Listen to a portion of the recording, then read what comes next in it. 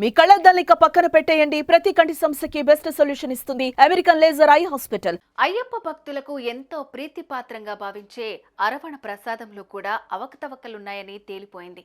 దీంతో వందల కోట్ల విలువైన ఆ ప్రసాదాన్ని వదిలించుకునేందుకు ఆలయ నిర్వాహకులు రెడీ అయ్యారు. ఇంతకీ అరవణ ప్రసాదంలో జరిగిన కల్తీ ఏమిటి?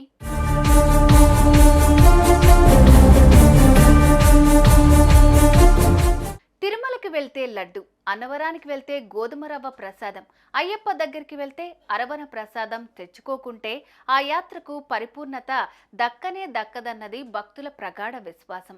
అయితే ఇటీవల తిరుమలలో తయారయ్యే లడ్డూలో కల్తీ జరిగిందంటూ సాక్షాత్తు ముఖ్యమంత్రి చంద్రబాబే చెప్పడంతో తెలుగు రాష్ట్రాల్లోనే కాదు, దేశంలోనే కాదు, ప్రపంచవ్యాప్తంగా తిరుమలేశుని దర్శించుకునే భక్తుల మనసు మసిపారిపోయింది. మరి కల్తీ జరిగిందా లేదా అన్నది తేల్చాలంటూ సుప్రీంకోర్టు ఆదేశంతో ఏకంగా సిబిఐ రంగంలోకి దిగింది. కల్తీ ప్రచారంలో ఉన్న నిజానిజాలు కొద్ది రోజుల్లో తేలనున్నాయి.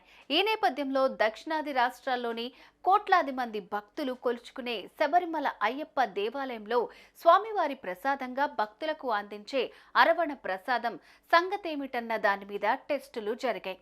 ఆ టెస్టుల్లో ఓ సంచలనమైన విషయం బయటపడింది.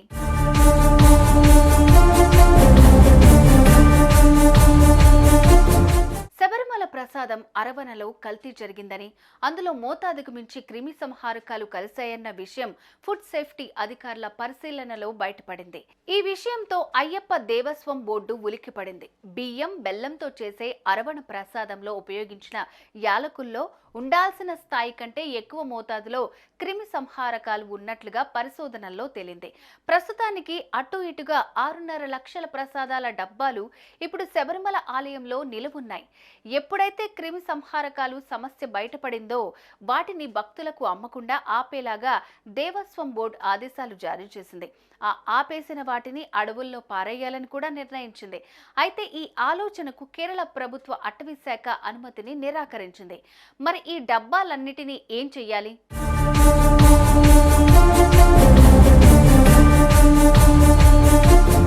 ఇందుకు ఆలయ నిర్వాహకులు ప్లాన్ బి అమలుకు సిద్ధమయ్యారు. భక్తుల మనోభావాలు దెబ్బతినకుండా ఉండటానికి టీడీబీ దానిని శాస్త్రీయ విధానంలో పారబోసేందుకు టెండర్లను ఆహ్వానించింది.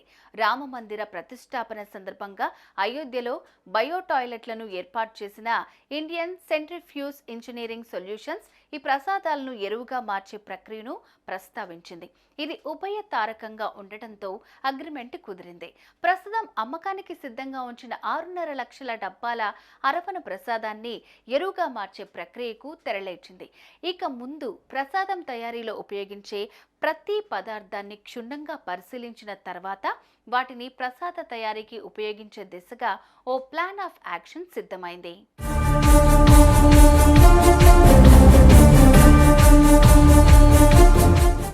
శబరిమలలోనే కాదు, దేశవ్యాప్తంగా ఆలయాల్లో తయారయ్యే అన్ని ప్రసాదాలకు సంబంధించి ముడిసరుకు నాణ్యతను పూర్తిగా నిర్ధారించిన తర్వాతే వాటిని ప్రసాదాలుగా తయారు చేసి భక్తుల మనోభావాలకు దెబ్బ తగలకుండా చూసే విధంగా పటిష్టమైన నిబంధనలు రూపొందించాల్సిన అవసరాన్ని తిరుమల లడ్డూలో నెయ్యి కల్తీ వివాదం ద్వారా గుర్తించడం ఒక విధంగా మంచి పరిణామమే అంటే కాదని ఎలా అనగలం?